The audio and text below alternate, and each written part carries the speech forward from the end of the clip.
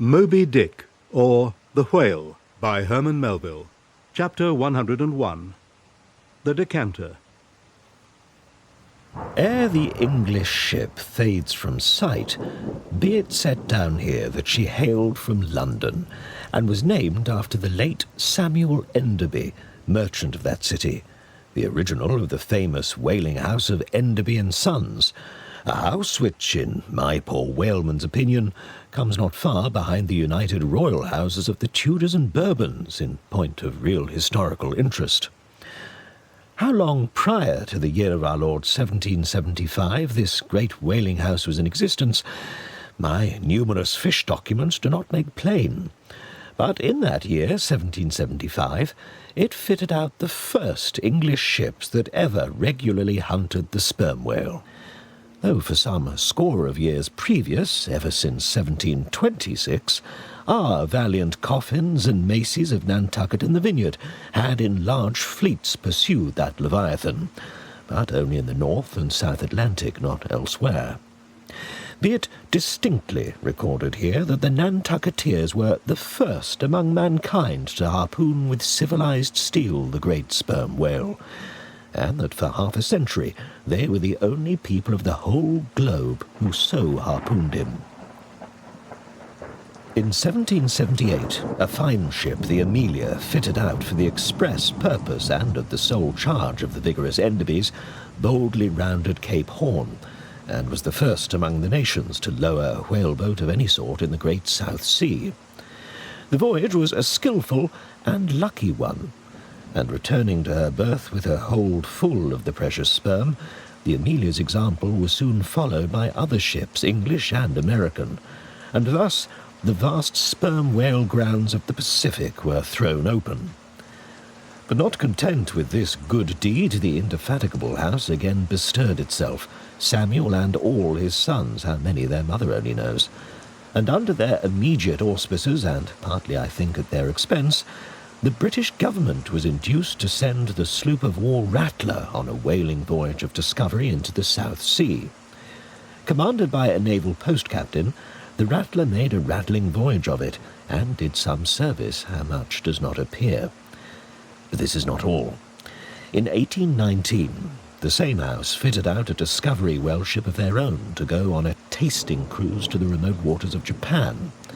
That ship, well called the Siren, made a noble experimental cruise, and it was thus that the great Japanese whaling ground first became generally known. The Siren in this famous voyage was commanded by a Captain Coffin, a Nantucketeer.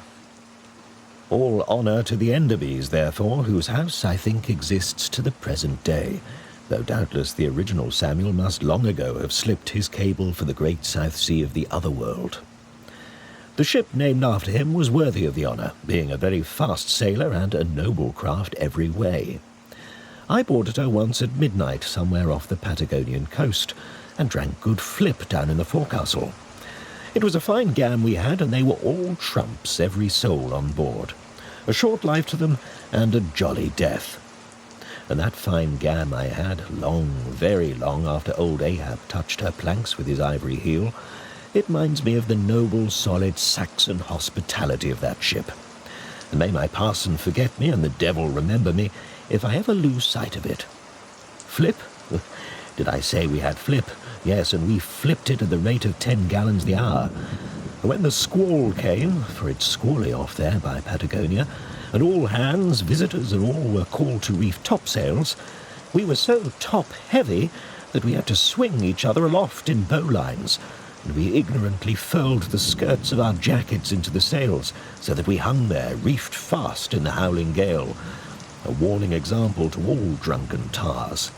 However, the masts did not go overboard, and by we scrambled down so sober that we had to pass the flip again, though the savage salt spray bursting down the forecastle scuttle rather too much diluted and pickled it to my taste. The beef was fine, tough, but with body in it. They said it was bull beef, others that it was dromedary beef, but I do not know for certain how that was. They had dumplings, too, small but substantial, symmetrically globular, and indestructible dumplings. I fancied that you could feel them and roll them about in you after they were swallowed. If you stooped over too far forward, you risked their pitching out of you like billiard balls. The bread, but that couldn't be helped. Besides, it was an anti-scorbutic. In short, the bread contained the only fresh fare they had. But the forecastle was not very light. It was very easy to step over into a dark corner when you ate it.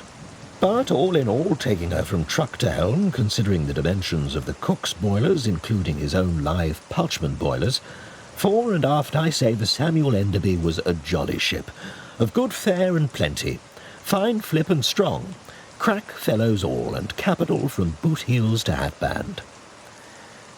But why was it, think ye, that the Samuel Enderby and some other English whalers I know of, not all though, were such famous hospitable ships that passed round the beef and the bread and the can and the joke, and were not soon weary of eating and drinking and laughing? I will tell you.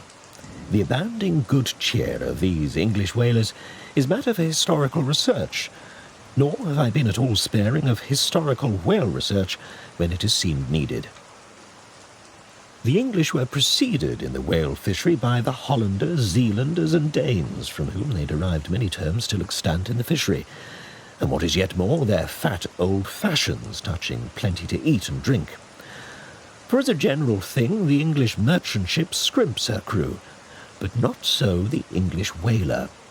Hence, in the English, this thing of whaling good cheer is not normal and natural, but incidental and particular, and therefore must have some special origin, which is here pointed out and will be still further elucidated. During my researches in the Levianthic histories, I stumbled upon an ancient Dutch volume, which, by the musty whaling smell of it, I knew must be about whalers. The title was Dan Koopman, wherefore I concluded that this must be the invaluable memoirs of some Amsterdam cooper in the fishery, as every whale ship must carry its cooper. I was reinforced in this opinion by seeing that it was the production of one Fitz Swackhammer.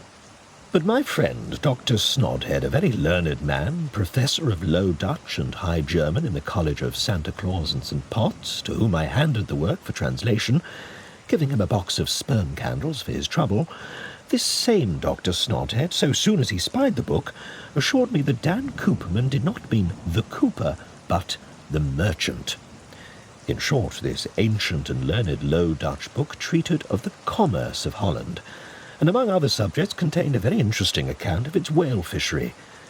And in this chapter it was, headed Smear, or Fat, that I found a long, detailed list of the outfits for the larders and cellars of 180 sail of Dutch whalemen, from which list, as translated by Dr. Snodhead, I transcribe the following.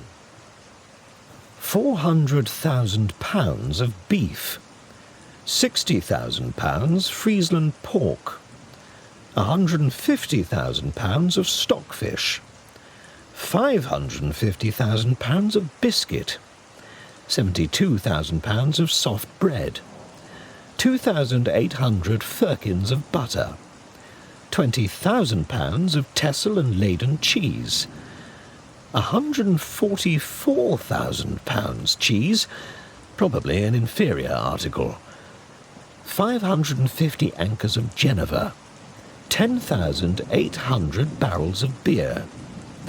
Most statistical tables are parchingly dry in the reading. Not so in the present case, however, where the reader is flooded with whole pipes, barrels, quarts, and gills of good gin and good cheer. At the time, I devoted 3 days to the studious digesting of all this beer, beef, and bread, during which many profound thoughts were incidentally suggested to me, capable of a transcendental and platonic application.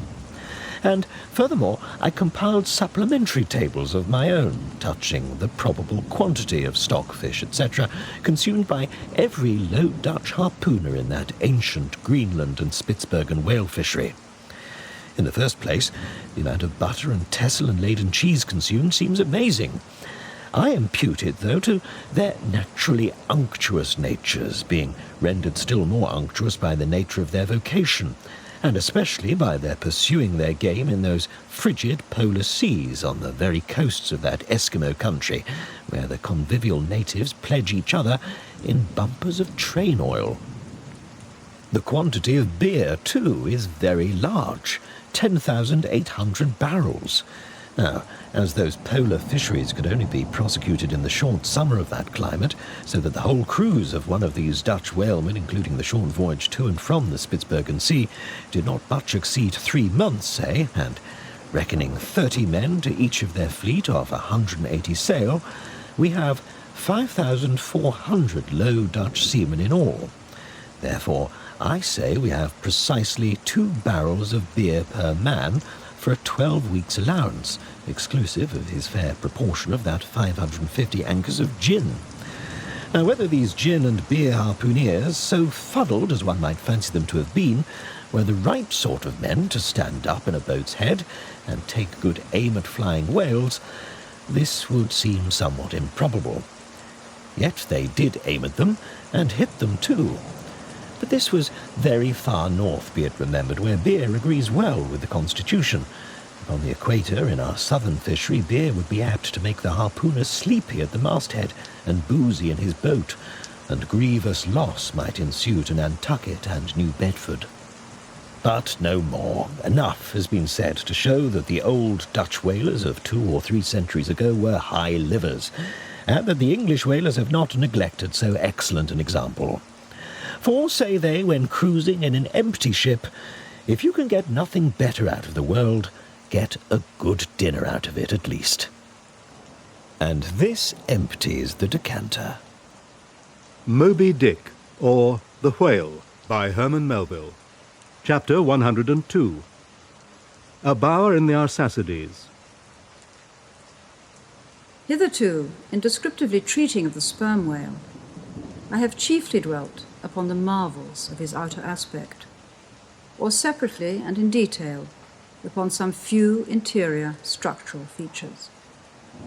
But to a large and thorough sweeping comprehension of him, it behoves me now to unbutton him still further, and untagging the points of his hose, unbuckling his garters, and casting loose the hooks and the eyes of the joints of his innermost bones, set him before you in his ultimatum.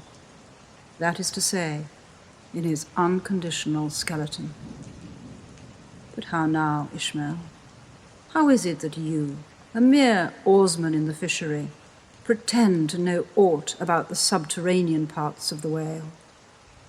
Did erudite Stubb, mounted upon your capstan, deliver lectures on the anatomy of the cetacea, and by the help of the windlass hold up a specimen rib for exhibition? Explain thyself, Ishmael. Can you land a full-grown whale on your deck for examination, as a cook dishes a roast pig? Surely not. A veritable witness have you hitherto been, Ishmael, but have a care how you seize the privilege of Jonah alone, the privilege of discoursing upon the joists and beams, the rafters, ridgepole, sleepers, and underpinnings, making up the framework of Leviathan, and belike of the tallow vats, dairy rooms, butteries, and cheeseries in his bowels. I confess that since Jonah, few whalemen have penetrated very far beneath the skin of the adult whale. Nevertheless, I have been blessed with an opportunity to dissect him in miniature. In a ship I belonged to, a small cub sperm whale was once bodily hoisted to the deck for his poke or bag, to make sheaths for the barbs of the harpoons and for the heads of the lances. Think you I let that chance go, without using my boat hatchet and jackknife, and breaking the seal and reading all the contents of that young cub? As for my exact knowledge of the bones of the Leviathan in their gigantic, full-grown development, for that rare knowledge I am indebted to my late royal friend Tranquo, King of Tranquo, one of the Arsacides. For being at Tranquo years ago, when attached to the trading ship Day of Algiers, I was invited to spend part of the Arsacidean holidays with the Lord of Tranquil at his retired palm villa at Propeller, a seaside glen not very far distant from what our sailors called Bamboo Town, his capital. Among many other fine qualities, my royal friend Tranquil, being gifted with a devout love for all matters of barbaric virtu, had brought together in Propeller whatever rare things the more ingenious of his people could invent, chiefly carved woods of wonderful devices, chiselled shells, inlaid spears, costly paddles, aromatic canoes, and all these distributed among whatever natural wonders the wonder-freighted, tribute-rendering waves had cast upon his shores. Chief among these latter was a great sperm whale, which, after an unusually long, raging gale, had been found dead and stranded, with his head against a coconut tree, whose plumage-like, tufted droopings seemed his verdant jet. When the vast body had at last been stripped of its fathom-deep enfoldings, and the bones become dust-dry in the sun, then the skeleton was carefully transported up the Propeller Glen, where a grand temple of lordly palms now sheltered it. The ribs were hung with trophies. The vertebrae were carved with Arsacidean animals in strange hieroglyphics. In the skull, the priests kept up an unextinguished aromatic flame, so that the mystic head again sent forth its vapory spout, while, suspended from a bough, the terrific lower jaw vibrated over all the devotees, like the hair-hung sword that so affrighted Damocles. It was a wondrous sight. The wood was green as mosses of the icy glen. The trees stood high and haughty, feeling their living sap. The industrious earth beneath was as a weaver's loom, with a gorgeous carpet on it, whereof the ground vine tendrils formed the warp and woof, and the living flowers the figures. All the trees, with all their laden branches, all the shrubs and ferns and grasses, the message-carrying air, all these unceasingly were active. Through the lacings of the leaves, the great sun seemed a flying shuttle weaving the unwearied verdure. Oh, busy weaver, unseen weaver, pause, one word. Whither flows the fabric? What palace may it deck? Wherefore all these ceaseless toilings? Speak, weaver, stay thy hand, but one single word with thee. Nay, the shuttle flies, the figures float from forth the loom, the freshet rushing carpet forever slides away. The weaver god, he weaves, and by that weaving is he deafened, that he hears no mortal voice. And by that humming, we, too, who look on the loom, are deafened. And only when we escape it shall we hear the 1,000 voices that speak through it. For even so it is in all material factories.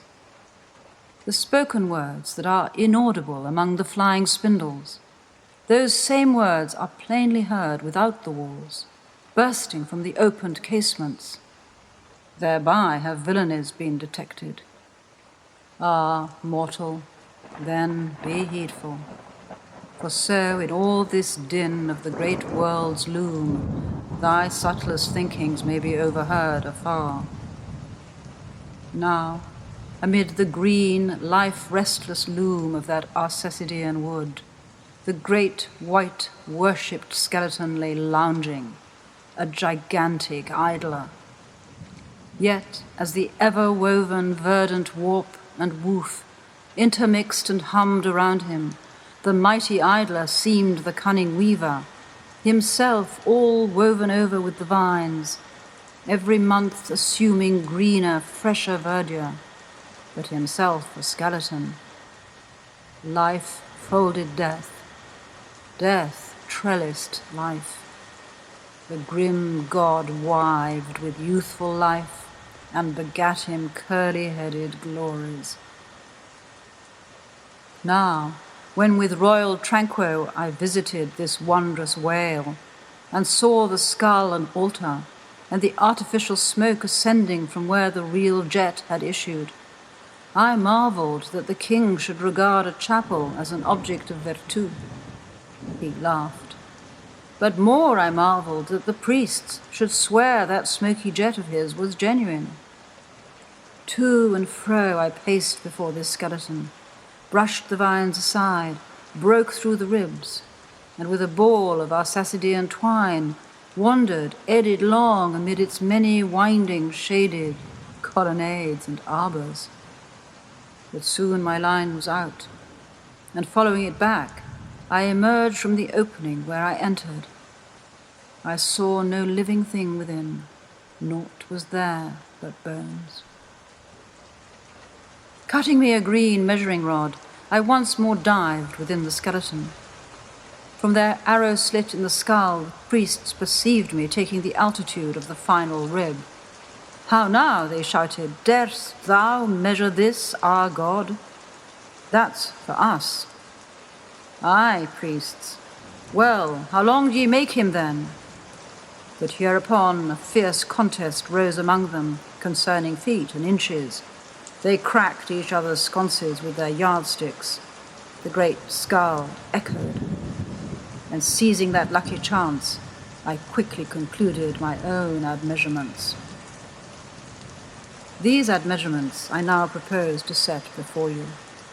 But first, be it recorded that, in this matter, I am not free to utter any fancied measurement I please, because there are skeleton authorities you can refer to test my accuracy. There is a Leviathanic museum, they tell me, in Hull, England, one of the whaling ports of that country, where they have some fine specimens of finbacks and other whales. Likewise, I have heard that in the Museum of Manchester in New Hampshire, they have what the proprietors call the only perfect specimen of a Greenland or river whale in the United States. Moreover, at a place in Yorkshire, England, Burton Constable by name, a certain Sir Clifford Constable has in his possession the skeleton of a sperm whale, but of moderate size, by no means of the full-grown magnitude of my friend King Tranquil's. In both cases, the stranded whales to which these two skeletons belonged were originally claimed by their proprietors upon similar grounds. King Tranquil seizing his because he wanted it, and Sir Clifford because he was lord of the seigneuries of those parts. Sir Clifford's whale has been articulated throughout, so that, like a great chest of drawers, you can open and shut him in all his bony cavities, spread out his ribs like a gigantic fan, and swing all day upon his lower jaw. Locks are to be put upon some of his trapdoors and shutters, and a footman will show round future visitors with a bunch of keys at his side. Sir Clifford thinks of charging 2d for a peep at the whispering gallery in the spinal column, 3d to hear the echo in the hollow of his cerebellum, and 6d for the unrivalled view from his forehead.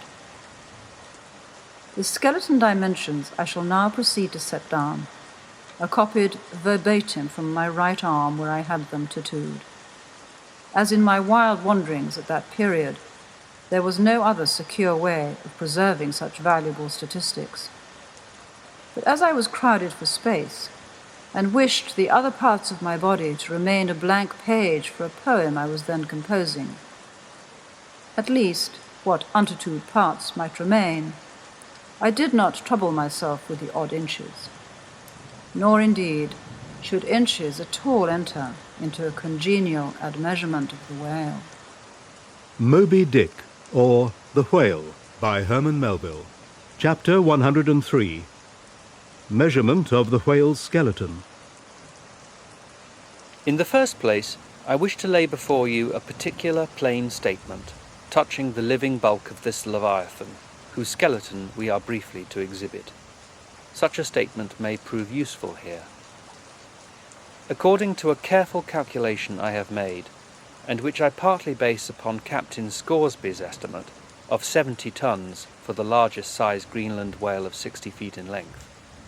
According to my careful calculation, I say, a sperm whale of the largest magnitude, between 85 and 90 feet in length, and something less than 40 feet in its fullest circumference, such a whale will weigh at least 90 tons, so that, reckoning 13 men to a ton, he would considerably outweigh the combined population of a whole village of 1,100 inhabitants.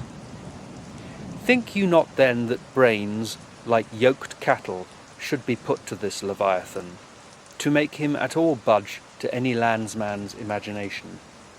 Having already in various ways put before you his skull, spout hole, jaw, teeth, tail, forehead, fins, and divers other parts, I shall now simply point out what is most interesting in the general bulk of his unobstructed bones.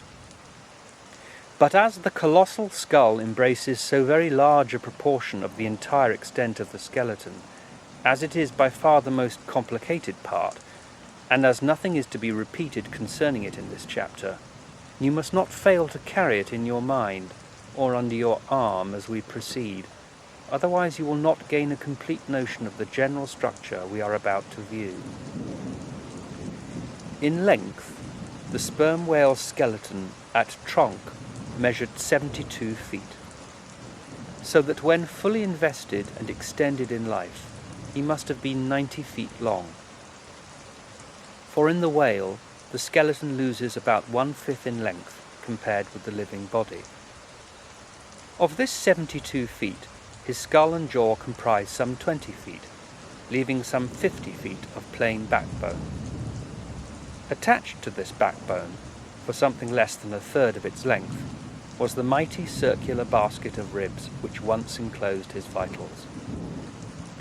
To me, this vast ivory-ribbed chest, with the long, unrelieved spine extending far away from it in a straight line, not a little resembled the embryo hull of a great ship new laid upon the stocks, when only some 20 of her naked bow ribs are inserted, and the keel is otherwise, for the time, but a long disconnected timber.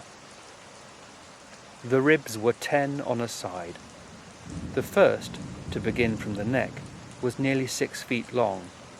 The second, third, and fourth were each successively longer, till you came to the climax of the fifth, or one of the middle ribs, which measured 8 feet and some inches. From that part the remaining ribs diminished, till the 10th and last only spanned 5 feet and some inches. In general thickness they all bore a seemly correspondence to their length. The middle ribs were the most arched. In some of the arsacids they are used for beams, whereon to lay footpath bridges over small streams. In considering these ribs, I could not but be struck anew with the circumstance, so variously repeated in this book, that the skeleton of the whale is by no means the mould of his invested form.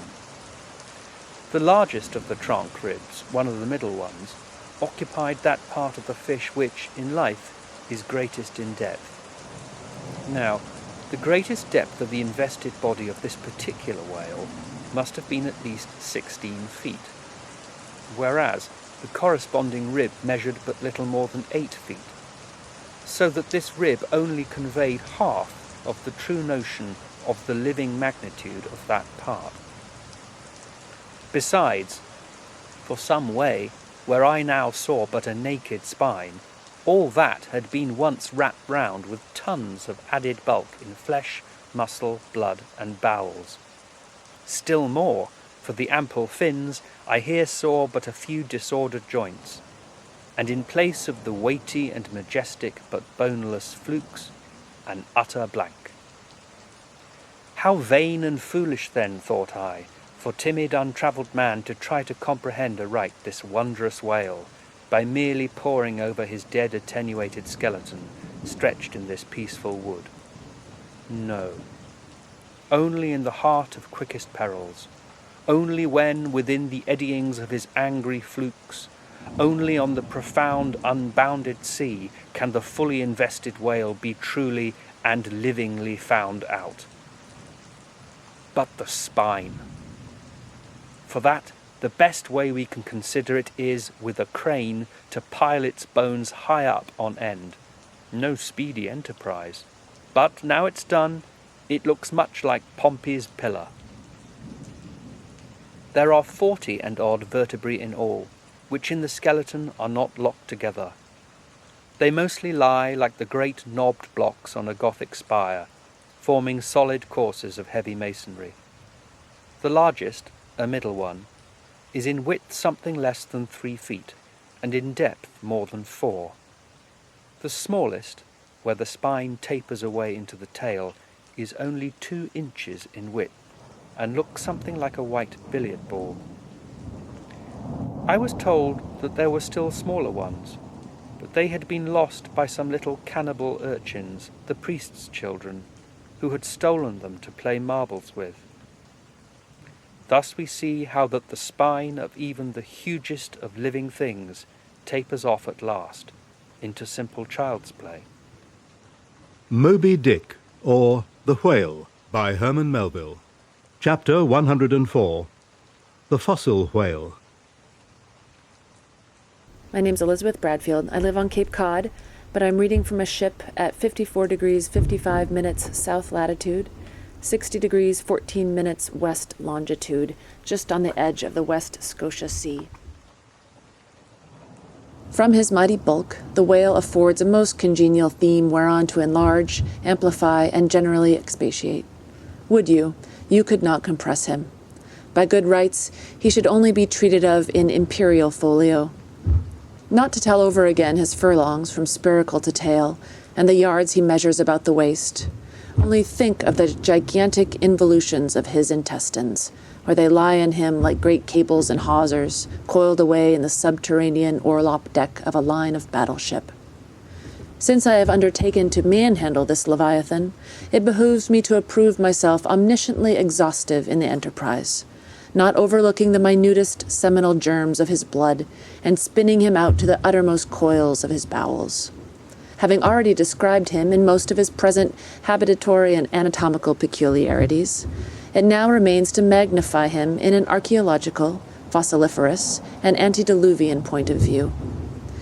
Applied to any other creature than the Leviathan, to an ant or a flea, such portly terms might justly be deemed unwarrantably grandiloquent.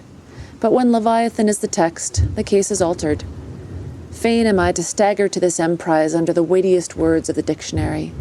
And here be it said, that whenever it has been convenient to consult one of those in the course of these dissertations, I have invariably used a huge quarto edition of Johnson, expressly purchased for that purpose, because that famous lexicographer's uncommon personal bulk more fitted him to compile a lexicon to be used by a whale author like me.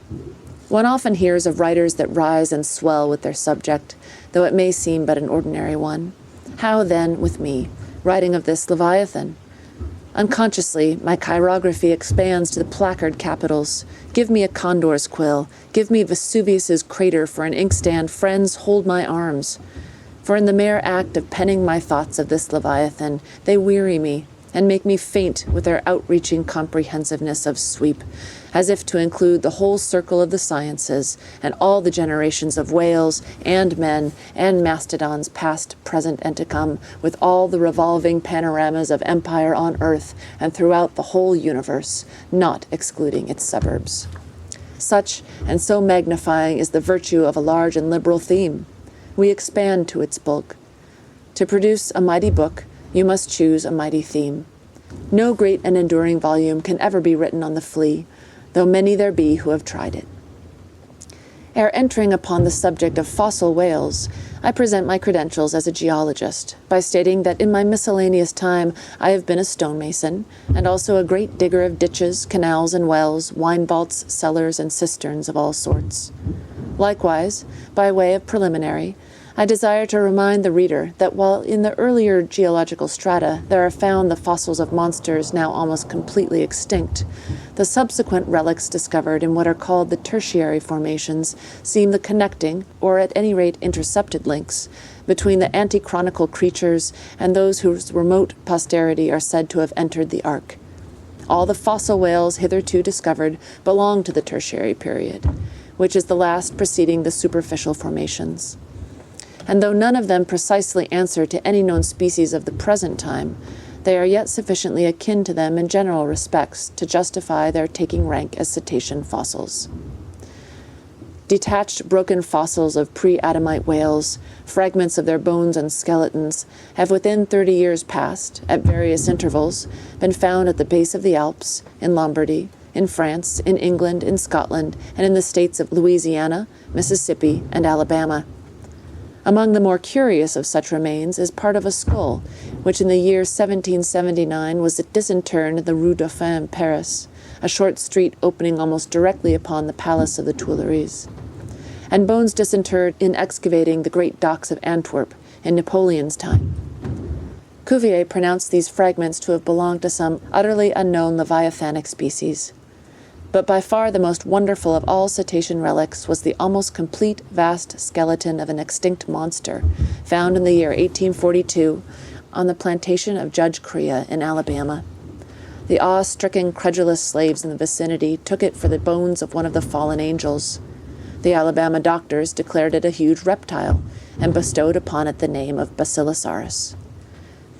But some specimen bones of it being taken across the sea to Owen, the English anatomist, it turned out that this alleged reptile was a whale, though of a departed species. A significant illustration of the fact, again and again repeated in this book, that the skeleton of the whale furnishes but little clue to the shape of his fully invested body. So Owen rechristened the monster Zeuglodon, and in his paper, read before the London Geological Society, pronounced it, in substance, one of the most extraordinary creatures which the mutations of the globe have blotted out of existence. When I stand among these mighty leviathan skeletons, skulls, tusks, jaws, ribs, and vertebrae, all characterized by partial resemblances to the existing breeds of sea monsters, but at the same time bearing on the other hand similar affinities to the annihilated antichronical leviathans, their incalculable seniors, I am, by a flood, borne back to that wondrous period ere time itself can be said to have begun, for time began with man. Here, Saturn's gray chaos rolls over me, and I obtain dim, shuddering glimpses into those polar eternities, when wedged bastions of ice pressed hard upon what are now the tropics, and in all the 25,000 miles of this world's circumference, not an inhabitable hand's breadth of land was visible. Then the whole world was the whale's, and, king of creation, he left his wake along the present lines of the Andes and the Himalayas. Who can show a pedigree like Leviathan? Ahab's harpoon had shed older blood than the pharaoh's. Methuselah seems a schoolboy. I look round to shake hands with Shem.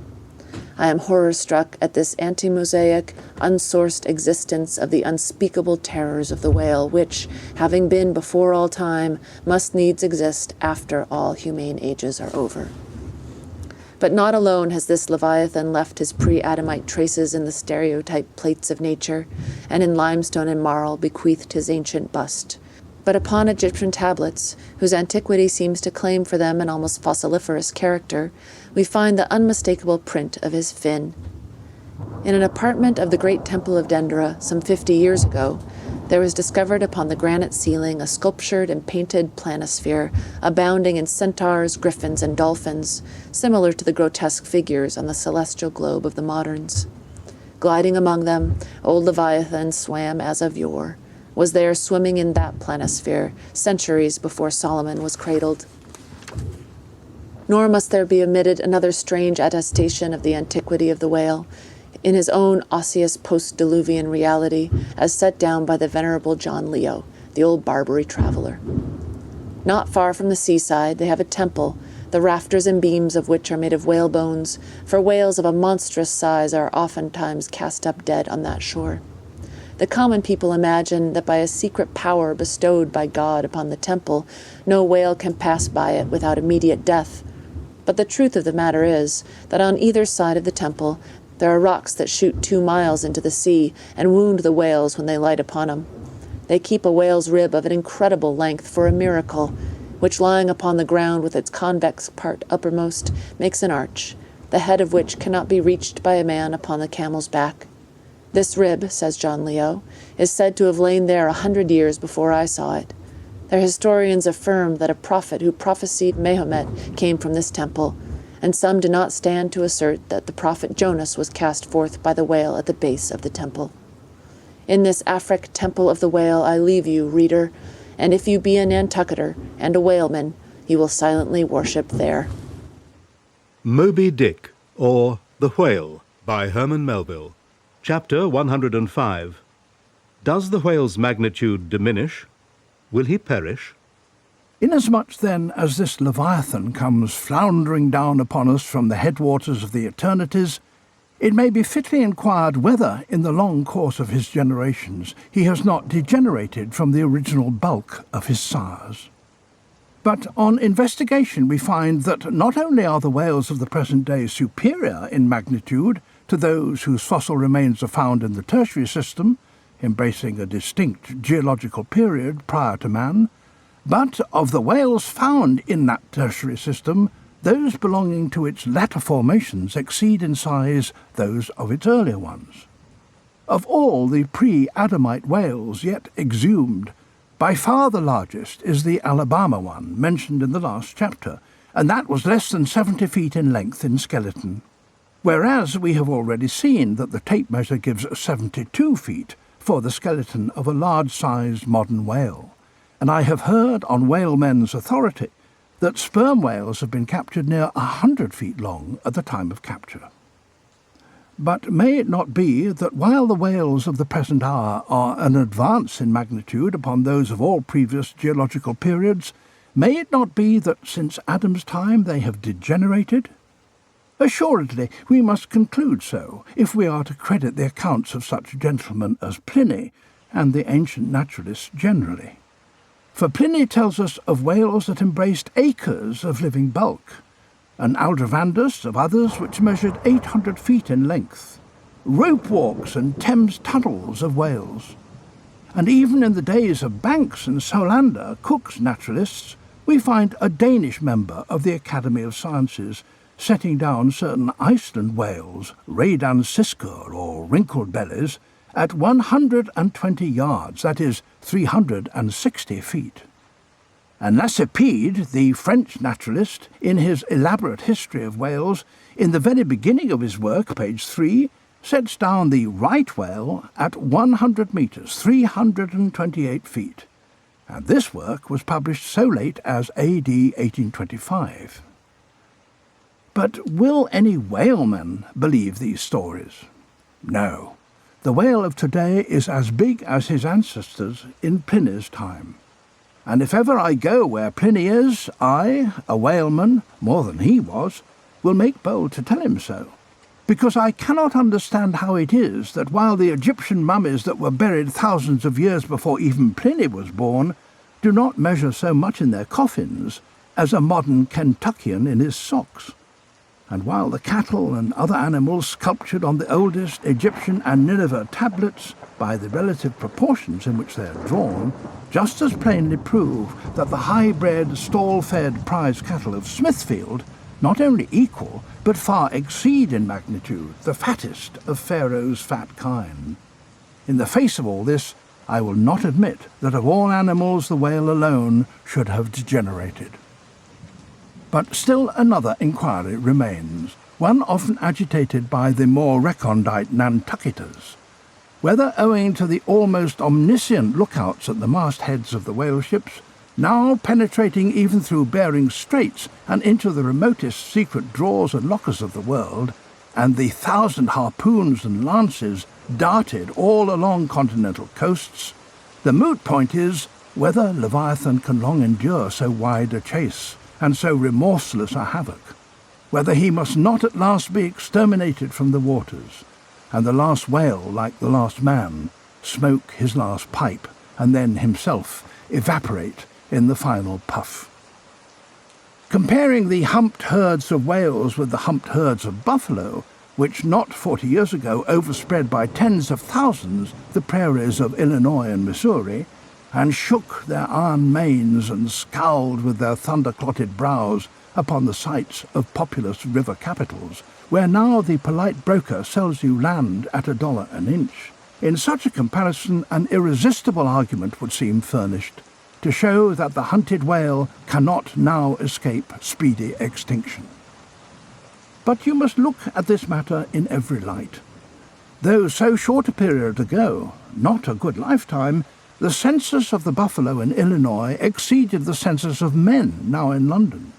And though at the present day not one hoof or horn of them remains in all that region, and though the cause of this wondrous extermination was the spear of man, yet the far different nature of the whale hunt peremptorily forbids so inglorious an end to the Leviathan. 40 men in one ship hunting the sperm whale for 48 months think they've done extremely well, and thank God if at last they carry home the oil of 40 fish.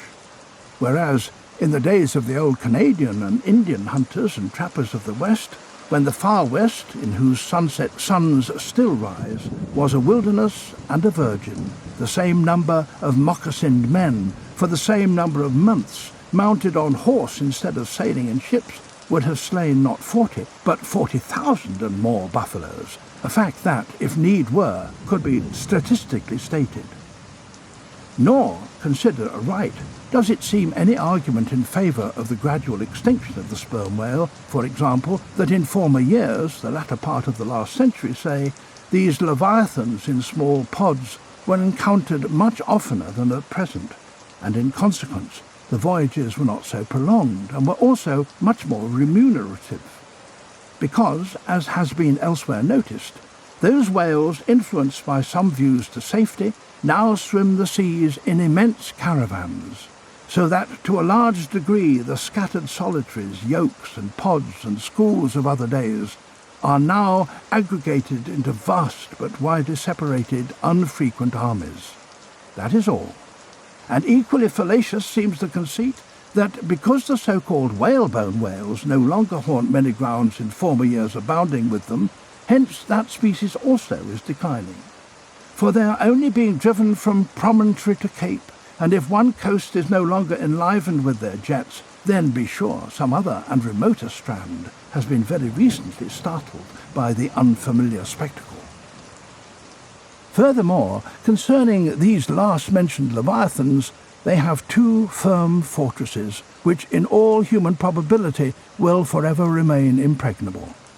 And as upon the invasion of their valleys, the frosty Swiss have retreated to their mountains, so, hunted from the savannas and glades of the Middle Seas, the whalebone whales can at last resort to their polar citadels, and, diving under the ultimate glassy barriers and walls there, come up among icy fields and floes, and in a charmed circle of everlasting December bid defiance to all pursuit from man. But as perhaps 50 of these whalebone whales are harpooned for one cachalot, some philosophers of the forecastle have concluded that this positive havoc has already very seriously diminished their battalions. But though for some time past a number of these whales, not less than 13,000, have been annually slain on the northwest coast by the Americans alone, yet there are considerations which render even this circumstance of little or no account as an opposing argument in this matter. Natural as it is to be somewhat incredulous concerning the populousness of more enormous creatures of the globe, yet what shall we say to Harto, the historian of Goa, when he tells us that at one hunting the king of Siam took 4,000 elephants, that in those regions elephants are numerous as droves of cattle in the temperate climes, and there seems no reason to doubt that if these elephants, which have now been hunted for thousands of years, by Semiramis, by Porus, by Hannibal, and by all the successive monarchs of the East, if they still survive there in great numbers, much more may the great whale outlast all hunting, since he has a pasture to expatiate in, which is precisely twice as large as all Asia, both Americas, Europe, Africa, New Holland, and all the isles of the sea combined. Moreover, we are to consider that from the presumed great longevity of whales, they are probably attaining the age of a century and more. Therefore, at any one period of time, several distinct adult generations must be contemporary. And what that is, we may soon gain some idea of by imagining all the graveyards, cemeteries, and family vaults of creation, yielding up the live bodies of all the men, women, and children who were alive 75 years ago, and adding this countless host to the present human population of the globe. Wherefore, for all these things, we account the whale immortal in his species, however perishable in his individuality. He swam the seas before the continents broke water. He once swam over the site of the Tuileries and Windsor Castle and the Kremlin. In Noah's flood, he despised Noah's Ark, and if ever the world is to begin again flooded like the Netherlands to kill off its rats, then the eternal whale will still survive, and rearing upon the topmost crest of the equatorial flood, spout his frothed defiance to the... Moby-Dick, or The Whale, by Herman Melville. Chapter 106. Ahab's Leg. The precipitating manner in which Captain Ahab had quitted the Samuel Enderby of London had not been unattended with some small violence to his own person. He had lighted with such energy upon a thwart of his boat that his ivory leg had received a half-splintering shock. And when, after gaining his own deck, and his own pivot pole there, he so vehemently wheeled round with an urgent command to the steersman, it was, as ever, something about his not steering inflexibly enough. Then the already shaken ivory received such an additional twist and wrench that though it still remained entire, and to all appearances lusty, yet Ahab did not deem it entirely trustworthy. And indeed, it seemed small matter for wonder that for all his pervading, mad recklessness, Ahab did at times give careful heed to the condition of that dead bone upon which he partly stood. For it had not been very long prior to the Pequod sailing from Nantucket that he had been found one night lying prone upon the ground, and insensible. By some unknown and seemingly inexplicable, unimaginable casualty, his ivory limb, having been so violently displaced that it had stakewise smitten and all but pierced his groin. Nor was it without extreme difficulty that the agonizing wound was entirely cured. Nor at the time had it failed to enter his monomaniac mind that all the anguish of that then present suffering was but the direct issue of a former woe. And he too plainly seemed to see that, as the most poisonous reptile of the marsh perpetuates his kind as inevitably as the sweetest songster of the grove, so, equally with every felicity, all miserable events do naturally beget their like. Yea, more than equally, thought Ahab, since both the ancestry and posterity of grief go further than the ancestry and posterity of joy. For, not to hint of this, that it is an inference from certain canonic teachings, that while some natural enjoyments here shall have no children born to them for the other world, but, on the contrary, shall be followed by the joy childlessness of all hell's despair. Whereas, some guilty mortal miseries shall still fertily beget to themselves an eternally progressive progeny of griefs beyond the grave. Not at all to hint of this, for there still seems an inequality in the deeper analysis of the thing. For, thought Ahab, while even the highest earthly felicities ever have a certain unsignifying pettiness lurking in them, but, at bottom, all heart woes, a mystic significance, and in some men an archangelic grandeur, so do their diligent tracings out not belie the obvious deduction. To trail the genealogies of these high mortal miseries carries us at last among the sourceless primogenitures of the gods, so that, in the face of all the glad haymaking suns and soft cymbaling round harvest moons, we must needs give in to this, that the gods themselves are not forever glad. The ineffaceable, sad birthmark in the brow of man is but the stamp of sorrow in the signers. Unwittingly here, a secret has been divulged, which perhaps might more properly, in set way, have been disclosed before. With many other particulars concerning Ahab, always had it remained a mystery to some why it was that for a certain period, both before and after the sailing of the Pequod, he had hidden himself away with such Grand Lama-like exclusiveness, and for that one interval sought speechless refuge, as it were, among the marble senate of the dead.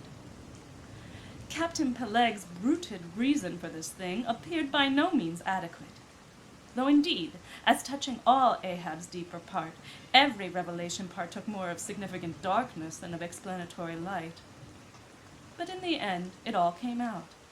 This one matter did, at last. That direful mishap was at the bottom of his temporary recluseness. And not only this, but to that ever-contracting, dropping circle ashore who for any reason possessed the privilege of a less banned approach to him, to that timid circle, the above-hinted casualty, remaining as it did moodily unaccounted for by Ahab, invested itself with terrors not entirely derived from the land of spirits and of whales, so that through their zeal for him they had all conspired, so far as in them lay, to muffle up the knowledge of this thing from others. And hence it was that not till a considerable interval had elapsed did it transpire upon the Pequod's decks.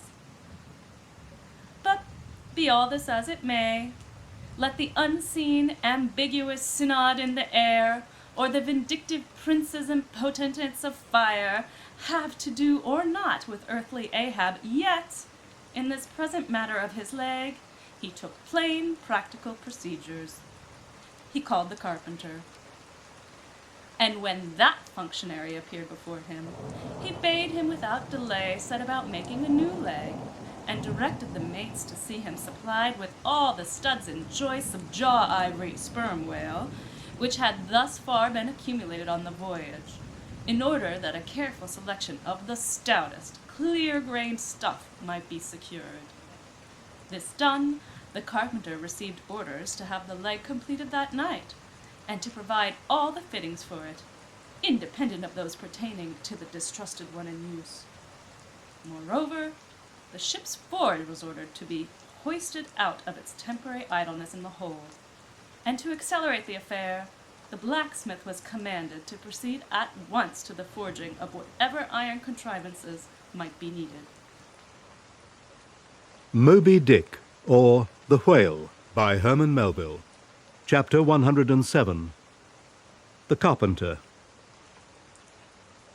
Seat thyself sultanically among the moons of Saturn, and take high abstracted man alone, and he seems a wonder, a grandeur, and a woe. But from the same point, take mankind in mass, and for the most part, they seem a mob of unnecessary duplicates, both contemporary and hereditary. But most humble though he was, and far from furnishing an example of the high humane abstraction, the Pequod's carpenter was no duplicate. Hence, he now comes in person on this stage. Like all seagoing ship carpenters, and more especially those belonging to whaling vessels, he was, to a certain off-handed practical extent, alike experienced in numerous trades and callings collateral to his own, the carpenter's pursuit being the ancient and outbranching trunk of all those numerous handicrafts which more or less have to do with wood as an auxiliary material. But besides the application to him of the generic remark above, this carpenter of the Pequod was singularly efficient in those 1,000 nameless mechanical emergencies continually recurring in a large ship, upon a 3 or 4 years' voyage, in uncivilized and far distant seas. For not to speak of his readiness in ordinary duties, repairing stove boats, sprung spars, reforming the shape of clumsy-bladed oars, inserting bullseyes into the deck, or new tree-nails in the side planks, and other miscellaneous matters more directly pertaining to his special business, he was, moreover, unhesitatingly expert in all manner of conflicting aptitudes, both useful and capricious. The one grand stage where he enacted all his various parts so manifold was his vice bench. A long, rude, ponderous table furnished with several vices of different sizes, and both of iron and of wood. At all times, except when whales were alongside, this bench was securely lashed athwart ships against the rear of the try-works. A belaying pin is found too large to be easily inserted into its hole. The carpenter claps it into one of his ever-ready vices and straightway files it smaller. A lost landbird of strange plumage strays on board and is made a captive. Out of clean-shaved rods of right whalebone and crossbeams of sperm whale ivory, the carpenter makes a pagoda-looking cage for it. An oarsman sprains his wrist. The carpenter concocts a soothing lotion. Stubb longed for vermilion stars to be painted upon the blade of his every oar.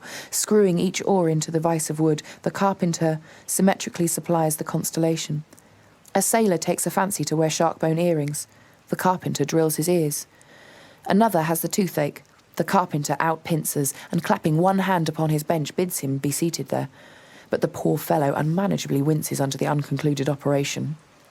Whirling round the handle of his wooden vice, the carpenter signs him to clap his jaw in that, if he would have him draw the tooth. Thus the carpenter was prepared at all points, and alike indifferent, and without respect in all. Teeth he accounted bits of ivory, heads he deemed but top blocks, men themselves he lightly held for capstans. But while now upon so wide a field thus variously accomplished, and with such liveliness of expertness in him too, all this would seem to argue some uncommon vivacity of intelligence. But not precisely so. For nothing was this man more remarkable than for a certain impersonal stolidity, as it were. Impersonal, I say, for it so shaded off into the surrounding infinite of things, that it seemed one with the general stolidity discernible in the whole visible world, which, while pauselessly active in uncounted modes, still eternally holds its peace and ignores you, though you dig foundations for cathedrals. Yet was this half-horrible stolidity in him, involving too, as it appeared, an all-ramifying heartlessness, yet was it oddly dashed at times with an old, crutch-like, antediluvian, wheezing humorousness, not unstreaked now and then with a certain grizzled wittiness, such as might have served to pass the time during the midnight watch on the bearded forecastle of Noah's Ark. Was it that this old carpenter had been a lifelong wanderer, whose much rolling to and fro not only had gathered no moss, but what is more, had rubbed off whatever small outward clingings might have originally pertained to him? He was a stripped abstract, an unfractioned integral, uncompromised as a newborn babe, living without premeditated reference to this world or the next. You might almost say that this strange uncompromisedness in him involved a sort of unintelligence, for in his numerous trades he did not seem to work so much by reason or by instinct, or simply because he had been tutored to it, or by any intermixture of these even or uneven, but merely by a kind of deaf and dumb, spontaneous, literal process. He was a pure manipulator. His brain, if he had ever had one, must have early oozed along into the muscles of his fingers.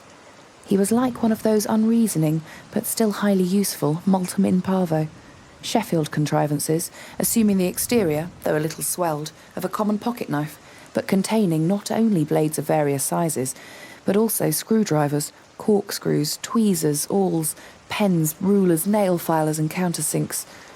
So, if his superiors wanted to use the carpenter for a screwdriver, all they had to do was open that part of him, and the screw was fast. Or if for tweezers, take him up by the legs, and there they were. Yet, as previously hinted, this omni-tooled, open and shut carpenter was, after all, no mere machine of an automaton. If he did not have a common soul in him, he had a subtle something that somehow anomalously did its duty. What that was, whether essence of quicksilver or a few drops of hartshorn, there is no telling, but there it was, and there it had abided now for some 60 years or more. And this it was, this same unaccountable cunning life principle in him, this it was that kept him a great deal of the time soliloquizing, but only like an unreasoning wheel, which also hummingly soliloquizes. Or rather, his body was a sentry box, and this soliloquizer on guard there, talking all the time to keep himself awake. Moby-Dick, or The Whale, by Herman Melville. Chapter 108. Ahab and the Carpenter. The deck. First night watch. Carpenter standing before vice bench and by the light of 2 lanterns busily filing the ivory joist for the leg, which joist is firmly fixed in the vice. Slabs of ivory, leather straps, pads, screws, and various tools of all sorts lying about the bench. Forward, the red flame of the forge is seen, where the blacksmith is at work. Drat the file and drat the bone. That is hard which should be soft, and that is soft which should be hard. So we go, who file old jaws and shin bones. Let's try another. Aye, now this works better. Achoo! Helloa! This bone dust is... Achoo! Why, it's... Achoo! Achoo! Yes, it's... Bless my soul, it won't let me speak. This is what an old fella gets now for working in dead lumber. Saw a live tree and you don't get this dust. Amputate a live bone and you don't get it. Achoo! Come, come, you old smut. There, bear a hand and let's have that ferrule and buckle strew. I'll be ready for them presently. Lucky now. There's no knee joint to make. That might puzzle a little. But a mere shin bone, why, it's easy as making hop holes. Only I should like to put a good finish on. Time. If I but only had the time, I could turn him out as neat a leg as ever scraped to a lady in a parlor. Those buckskin legs and calves of legs I've seen in shop windows wouldn't compare at all. They soak water, they do. And of course, get rheumatic and have to be doctored. With washers and lotions just like live legs. There, before I sawed it off, I must call his old mogul ship and see whether the length will be all right. Too short, if anything, I guess. Ha! That's the heel. We are in luck. Here he comes. Or it's somebody else, that's certain. Ahab advancing. Well, man-maker. Just in time, sir. If the captain pleases, I will now mark the length. Let me measure, sir. Measured for a leg? Good. Well, it's not the first time. About it, there. Keep thy finger on it. This is a cogent vice thou hast here, carpenter. Let me feel its grip once. So it does pinch some.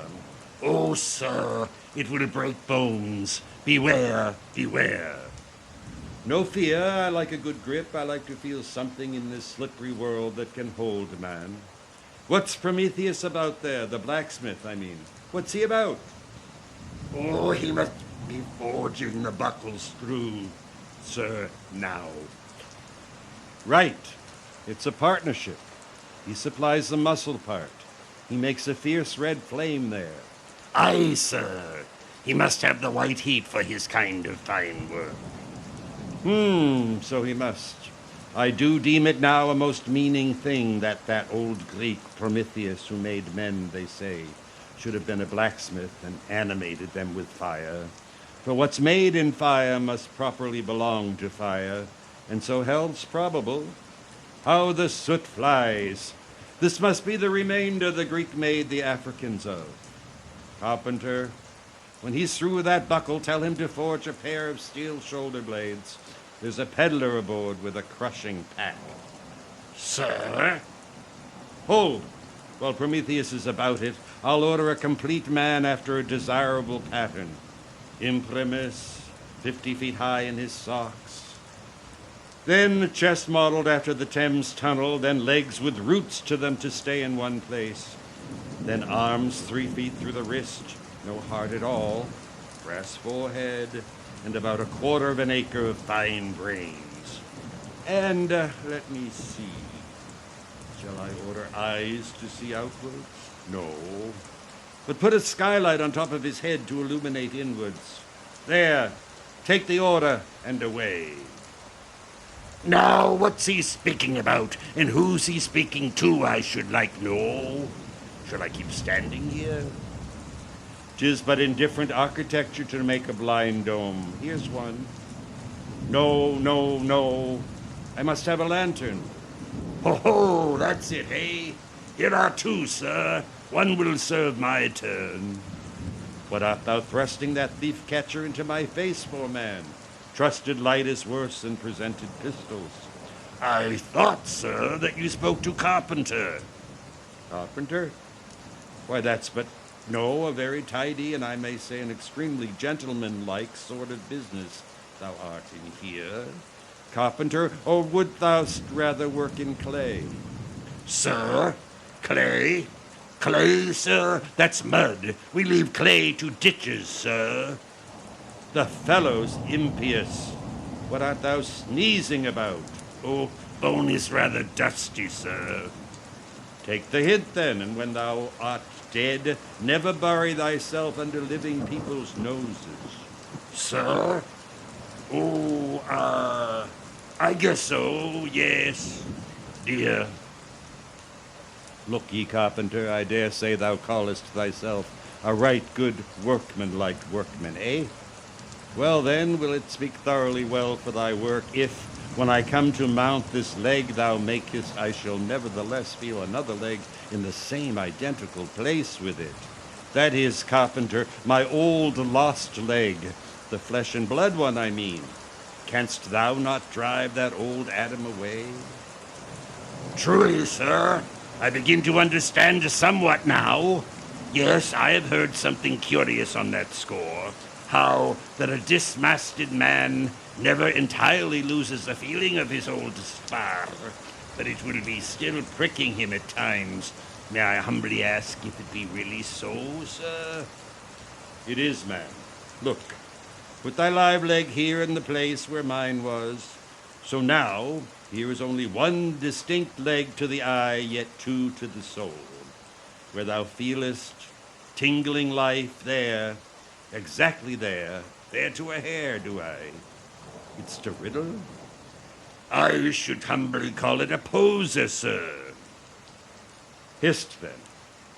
How dost thou know that some entire living thinking thing may not be invisibly and uninterpenetratingly standing precisely where thou now standest? Aye, and standing there in thy spite? In my most solitary hours, then, dost thou not fear eavesdroppers? Hold, don't speak.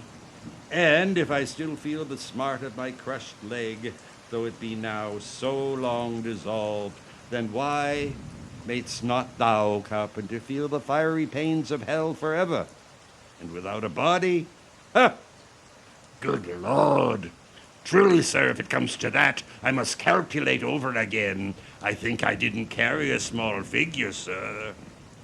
Look, ye puddin-heads should never grant premises. How long before the leg is done? Oh, perhaps an hour, sir. Bungle away at it, then, and bring it to me. Poor life. Here I am, proud as Greek god, and yet standing debtor to this blockhead for a bone to stand on.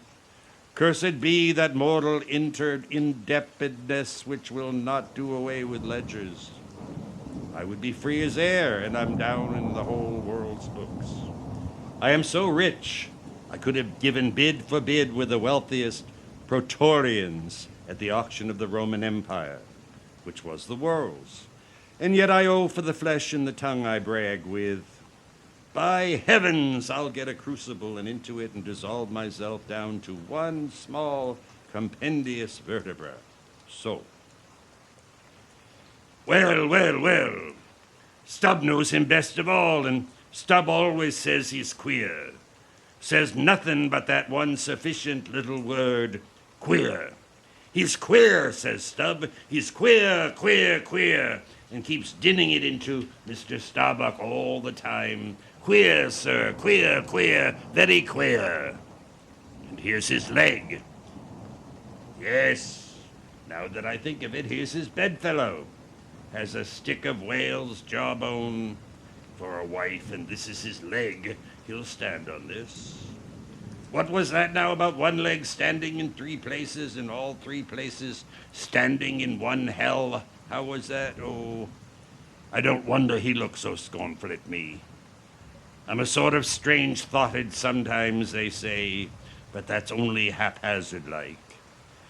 Then a short, little old body like me should never undertake to wade out into deep water with tall, heron-built captains. The water chucks you under the chin pretty quick, and there's a great cry for lifeboats. And here's the heron's leg, long and slim, sure enough. Now, for most folks, one pair of legs lasts a lifetime, and that must be because they use them mercifully, as a tender-hearted old lady uses her roly-poly old coach horses. But Ahab, oh, he's a hard driver. Look, driven one leg to death, and spavined the other for life, and now wears out bone legs by the cord. Alloway there, you smut. Bear a hand there with those screws, and let's finish it before the resurrection fellow comes a-calling with his horn for all legs, true or false, as brewery men go round collecting old beer barrels to fill them up again. What a leg this is. It looks like a real live leg, filed down to nothing but the core. He'll be standing on this tomorrow. He'll be taking altitudes on it. Hello. I almost forgot the little oval slate, smoothed ivory, where he figures up the latitude. So, chisel, file, and sandpaper. Now! Moby-Dick, or The Whale, by Herman Melville. Chapter 109. Ahab and Starbuck in the cabin. According to usage, they were pumping the ship the next morning. And lo, no inconsiderable oil came up with the water. The casks below must have sprung a bad leak. Much concern was shown, and Starbuck went down into the cabin to report this unfavourable affair. Now, from the south and west, the Pequod was drawing nigh to Formosa and the Bashi Isles, between which lies one of the tropical outlets from the China waters into the Pacific. And so Starbuck found Ahab with a general chart of the Oriental archipelagos spread before him, and another separate one representing the long eastern coasts of the Japanese islands, Nippon, Matsumae, and Shikoku.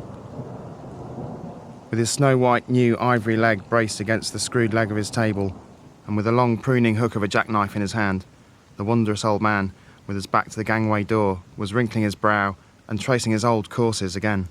"Who's there?" Hearing the footstep at the door, but not turning round to it. "On deck, be gone." "Captain Ahab mistakes, it is I." "The oil in the hold is leaking, sir. We must up Burtons and break out." "Up Burtons and break out? Now that we are nearing Japan, heave to here for a week to tinker a parcel of old hoops." "Either do that, sir, or waste in one day more oil than we may make in a good year. What we come 20,000 miles to get is worth saving, sir." "So it is. So it is. If we get it." "I was speaking of the oil in the hold, sir." "And I was not speaking or thinking of that at all. Be gone. Let it leak. I'm all a leak myself. Aye, leaks in leaks. Not only full of leaky casks, but those leaky casks are in a leaky ship, and that's a far worse plight than the Pequod's, man. Yet I don't stop to plug my leak. For who can find it in the deep, loaded hull, or how hope to plug it, even if found, in this life's howling gale? Starbuck, I'll not have the Burtons hoisted." "What will the owners say, sir?" "Let the owners stand on Nantucket Beach and out-yell the typhoons. What cares, Ahab? Owners? Owners? Thou art always prating to me, Starbuck, about those miserly owners, as if the owners were my conscience. But look ye, the only real owner of anything is its commander. And hark ye, my conscience is in this ship's keel. On deck." "Captain Ahab," said the reddening mate, moving further into the cabin, with a daring so strangely respectful and cautious that it almost seemed not only every way seeking to avoid the slightest outward manifestation of itself, but within also seemed more than half distrustful of itself. "A better man than I might well pass over in thee what he would quickly enough resent in a younger man, aye, and in a happier Captain Ahab. Devils! Dost thou then so much as dare to critically think of me? On deck." "Nay, sir, not yet. I do entreat, and I do dare, sir, to be forbearing. Shall we not understand each other better than hitherto, Captain Ahab?"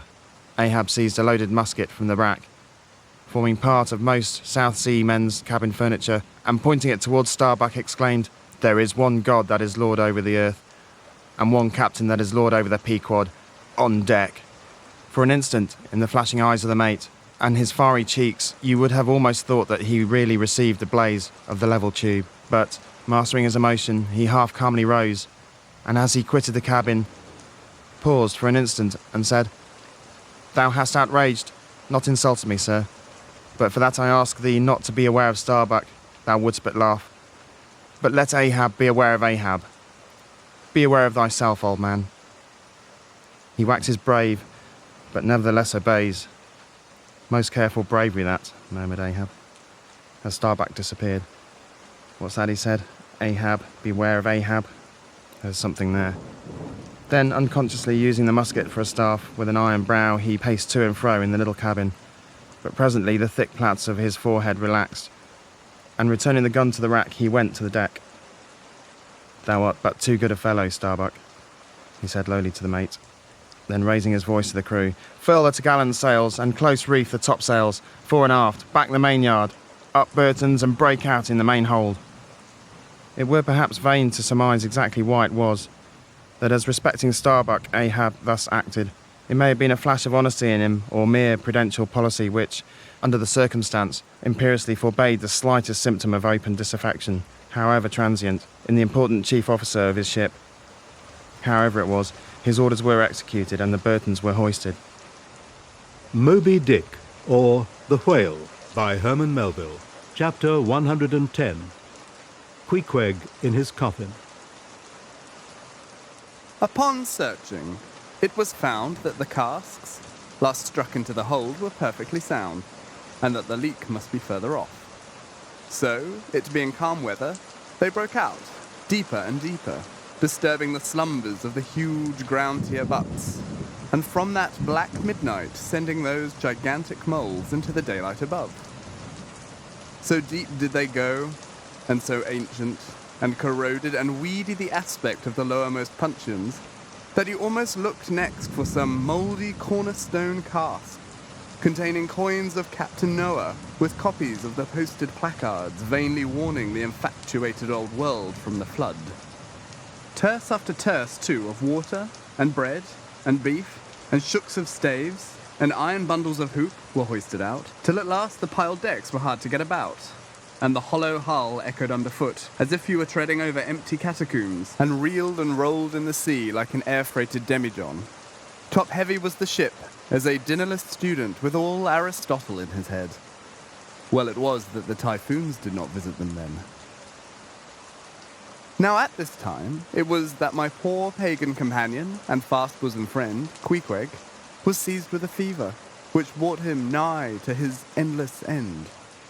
Be it said that in this vocation of whaling, sinecures are unknown.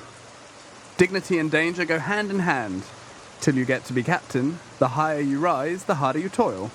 So with poor Queequeg, who, as harpooner, must not only face all the rage of the living whale, but, as we have elsewhere seen, mount his dead back in a rolling sea, and finally descend into the gloom of the hold, and bitterly sweating all day in that subterraneous confinement, resolutely manhandle the clumsiest casks, and see to their stowage. To be short, among whalemen, the harpooners are the holders, so called. Poor Queequeg. When the ship was about half disemboweled, you should have stooped over the hatchway, and peered down upon him there, where, stripped to his woolen drawers, the tattooed savage was crawling about amid the dampness and slime, like a green, spotted lizard at the bottom of a well. And a well, or an ice-house, it somehow proved to him, poor pagan, where, strange to say, for all the heat of his sweatings, he caught a terrible chill which lapsed into a fever, and at last, after some days' suffering, laid him in his hammock, close to the very sill of the door of death. How he wasted and wasted away in those few long, lingering days, till there seemed but little left of him but his frame and tattooing. But as all else in him thinned, and his cheekbones grew sharper, his eyes, nevertheless, seemed growing fuller and fuller. They became of a strange softness of lustre, and mildly but deeply looked out at you there from his sickness, a wondrous testimony to that immortal health in him which could not die or be weakened. And like the circles on water which, as they grow fainter, expand, so his eyes seemed rounding and rounding, like the rings of eternity. An awe that cannot be named would steal over you as you sat by the side of this waning savage, and saw as strange things in his face as any beheld who were bystanders when Zoroaster died. For whatever is truly wondrous and fearful in man, never yet was put into words or books, and the drawing near of death, which alike levels all, alike impresses all with a last revelation, which only an author from the dead could adequately tell. So that, let us say it again, no dying Chaldee or Greek had higher and holier thoughts than those whose mysterious shades you saw creeping over the face of poor Queequeg, as he quietly lay in his swaying hammock. And the rolling sea seemed gently rocking him to his final rest, and the ocean's invisible flood tide lifted him higher and higher towards his destined heaven. Not a man of the crew but gave him up, and, as for Queequeg himself, what he thought of his case was forcibly shown by a curious favour he asked. He called one to him in the grey morning watch, when the day was just breaking, and taking his hand, said that while in Nantucket he had chanced to see certain little canoes of dark wood, like the rich warwood of his native isle, and upon inquiry, he had learnt that all whalemen who died in Nantucket were laid in those dark canoes, and that the fancy of being so laid had much pleased him. For it was not unlike the custom of his own race, who after embalming a dead warrior, stretched him out in his canoe, and so left him to be floated away to the starry archipelagos. For not only do they believe that the stars are isles, but that far beyond all visible horizons, their own mild, uncontinented seas interflow with the blue heavens, and so form the white breakers of the Milky Way. He added that he shuddered at the thought of being buried in his hammock, according to the usual sea custom, tossed like something vile to the death-devouring sharks. No. He desired a canoe like those of Nantucket, all the more congenial to him, being a whaleman, that, like a whaleboat, these coffin canoes were without a keel, though that involved but uncertain steering, and much leeway adown the dim ages. Now when this strange circumstance was made known aft, the carpenter was at once commanded to do Queequeg's bidding, whatever that might include. There was some heathenish, coffin-coloured old lumber aboard, which, upon a long previous voyage, had been cut from the aboriginal groves of the Lackaday Islands, and from these dark planks the coffin was recommended to be made. No sooner was the carpenter apprised of the order, than taking his rule, he forthwith, with all the indifferent promptitude of his character, proceeded into the forecastle, and took Queequeg's measure with great accuracy, regularly chalking Queequeg's person as he shifted the rule. "Ah, poor fellow, he'll have to die now," ejaculated the Long Island sailor. Going to his vice bench, the carpenter, for convenience sake and general reference, now transferringly measured on it the exact length the coffin was to be, and then made the transfer permanent by cutting 2 notches at its extremities. This done, he marshalled the planks and his tools, and to work. When the last nail was driven and the lid duly planed and fitted, he lightly shouldered the coffin and went forward with it, inquiring whether it was ready yet in that direction. Overhearing the indignant but half-humorous cries with which the people on deck began to drive the coffin away, Queequeg, to everyone's consternation, commanded that the thing should be instantly brought to him. Nor was there any denying him, seeing that of all mortals some dying men are the most tyrannical, and certainly, since they will shortly trouble us so little for evermore, the poor fellows ought to be indulged. Leaning over in his hammock, Queequeg long regarded the coffin with an attentive eye. He then called for his harpoon, had the wooden stock drawn from it, and then had the iron part placed in the coffin along with one of the paddles of his boat, all by his own request also. Biscuits were then ranged round the sides within. A fresh flask of water was placed at the head, and a small bag of woody earth scraped up in the hold at the foot, and a piece of sailcloth being rolled up for a pillow, Queequeg now entreated to be lifted into his final bed, that he might make trial of its comforts, if any it had. He lay without moving a few minutes, then told one to go to his bed and bring out his little god, Yojo. Then crossing his arms on his breast with Yojo between, he called for the coffin lid, hatch he called it, to be placed over him, the head part turned over with a leather hinge, and there lay Queequeg in his coffin, with little but his composed countenance in view. "Ramai. It will do. It is easy," he murmured at last, and signed to be replaced in his hammock. But ere this was done, Pip, who had been slyly hovering nearby all the while, drew nigh to him where he lay, and with soft sobbings took him by the hand, in the other holding his tambourine. "Poor rover, will ye never have done with all this weary roving? Where go ye now?" But if the current carry ye to those sweet Antilles, where the beaches are only beat with water lilies, will ye do one little errand for me? Seek out one Pip, who's now been missing long. I think he's in those far Antilles. If ye find him, then comfort him, for he must be very sad. For look, he's left his tambourine behind. I found it. Rick-a-dick-dick-dick. Now, Queequeg, die, and I'll beat ye your dying march.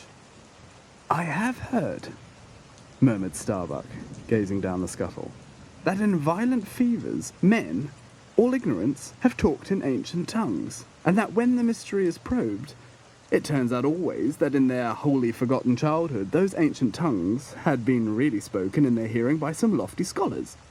So to my fond faith, poor Pip, in the strange sweetness of his lunacy, brings heavenly vouchers of all our heavenly homes.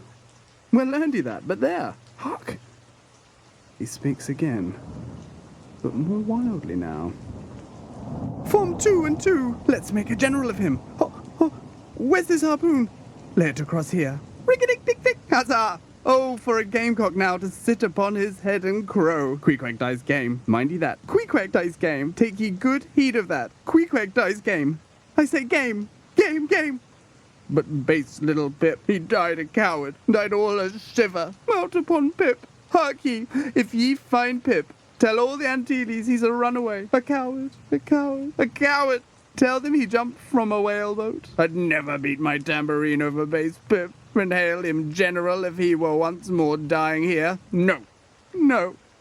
Shame upon all cowards, shame upon them. Let them go drown like Pip that jumped from a whaleboat. Shame, shame, shame. During all this, Queequeg lay with closed eyes, as if in a dream. Pip was led away, and the sick man was replaced in his hammock. But now that he had apparently made every preparation for death, now that his coffin was proved a good fit, Queequeg suddenly rallied. Soon there seemed no need of the carpenter's box. And thereupon, when some expressed their delighted surprise, he, in substance, said that the cause of his sudden convalescence was this. At a critical moment, he had just recalled a little duty ashore, which he was leaving undone, and therefore had changed his mind about dying. For he could not die yet, he averred. They asked him then whether to live or die was a matter of his own sovereign will and pleasure, but he answered, certainly. In a word, it was Queequeg's conceit that if a man made up his mind to live, mere sickness could not kill him. Nothing but a whale, or a gale, or some violent, ungovernable, unintelligent destroyer of that sort. Now there is this noteworthy difference between savage and civilized, that while a sick, civilized man may be 6 months convalescing, generally speaking, a sick savage is almost half well again in a day. So in good time my Queequeg gained strength, and at length, after sitting on the windlass for a few indolent days, but eating with a vigorous appetite, he suddenly leaped to his feet, threw out his arms and legs, gave himself a good stretching, yawned a little bit, and then springing into the head of his hoisted boat and poising a harpoon, pronounced himself fit for a fight. With a wild whimsiness, he now used his coffin for a sea chest, and emptying into it his canvas bag of clothes, set them in order there. Many spare hours he spent in carving the lid with all manner of grotesque figures and drawings, and it seemed that hereby he was striving, in his rude way, to copy parts of the twisted tattooing on his body. And this tattooing had been the work of a departed prophet and seer of his island, who, by those hieroglyphic marks, had written out on his body a complete theory of the heavens and the earth, and a mystical treatise on the art of attaining truth, so that Queequeg, in his own proper person, was a riddle to unfold. A wondrous work in one volume, but whose mysteries not even himself could read, though his own live heart beat against them, and these mysteries were therefore destined in the end to moulder away with the living parchment whereon they were inscribed, and so be unsolved to the last. And this thought it must have been which suggested to Ahab that wild exclamation of his, when one morning turning away from surveying poor Queequeg, "Oh, devilish tantalization of the gods!"